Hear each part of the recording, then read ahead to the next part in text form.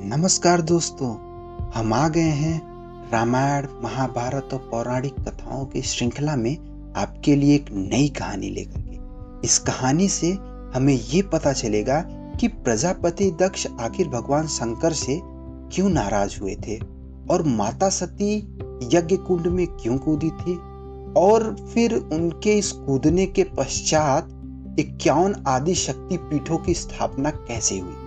तो चलिए शुरू करते हैं अपनी ये कहानी। हुआ यूं कि जब भगवान ब्रह्मा इस विश्व का निर्माण कर रहे थे तो उन्होंने कुल 21 लोगों को बनाया। इन 21 लोगों को हम प्रजापति कहते हैं और इन्हीं प्रजापतियों में से थे एक प्रजापति दक्ष। दक्ष की एक पुत्री थी जिनका नाम था सती और ब्रह्मा जी के कहने पर दक्ष ने अपनी पुत्री सती का विवाह भगवान शिव से किया। एक बार प्रजापति दक्ष नैमिषारण्य वन गए और वन में क्या रहता था कि हमेशा ऋषियों, मुनि और देवता घूमा करते थे और वन में घूमते हुए दक्ष को देख करके वहां पे जितने भी ऋषि, मुनि या फिर देवी देवता उपस्थित थे उन्होंने प्रजापति दक्ष का बहुत सम्मान किया। लेकिन शंकर भगवान जो उनके दामाद थे वहां पे उपस्थित होने के बावजूद उनसे नमस्कार तक नहीं किया, जिससे प्रजापति दक्ष बहुत नाराज हुए। और जब एक दिन दक्ष ने अपने यहाँ एक बहुत बड़े यज्ञ का आयोजन किया तो उन्होंने इस यज्ञ का निमंत्रण सभी ऋषियों, मुनियों और देवताओं को भेजा, लेकिन न तो इसका निमंत्रण अपनी बेटी को और न ही अपने दामाद शंकर जी को बुलाया। और इसकी खबर तक किसी न तो शंकर जी को न तो माता सती को लगी। एक दिन चंद्रमा जी यक्ष के यज्ञ में शामिल होने के लिए कैलाश पर्वत के बगल से गुजर रहे थे तो उनको रास्ते में माता सती ने देख लिया और उन्होंने अपने सखियों से बोला कि यार ये चंद्रमा जी कहाँ पे जा रहे हैं, थोड़ा पूछ के बताओ। फिर उनकी सखियों ने पूछ के बताया कि ये आपके पिताजी एक यज्ञ का आयोजन कर रहे हैं, उस यज्ञ में शामिल होने के लिए जा रहे हैं। इस पर सती जी को बहुत आश्चर्य हुआ कि इनके पिताजी एक यज्ञ करा रहे हैं और उन्होंने न तो उनको न तो उनके पति को ही बुलाया।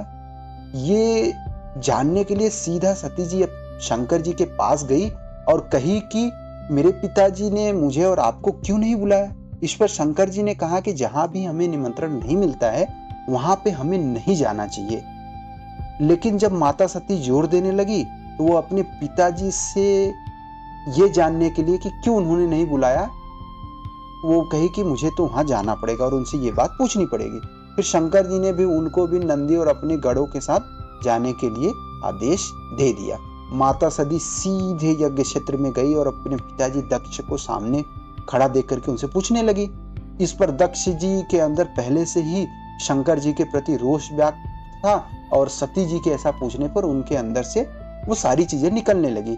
वो कहने लगे कि यार आपके जो पति हैं वो भूतों पिशाचों के बीच रहते हैं, उनको बिहेव करने का नहीं पता है।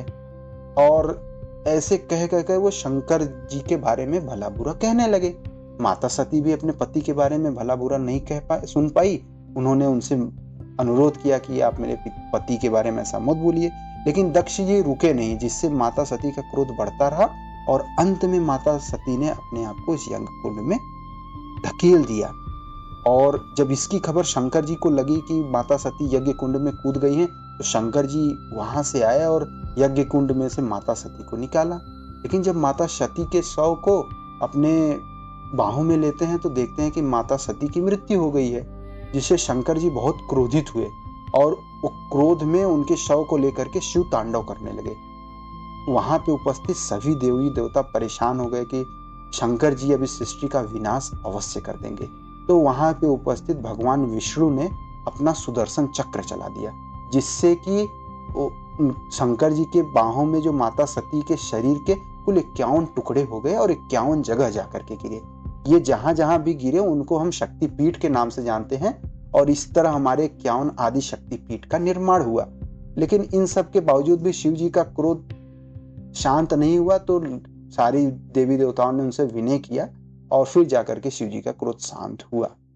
तो ये थी पूरी कहानी हमारे 51 आदि शक्तिपीठ के बनने की। धन्यवाद दोस्तों।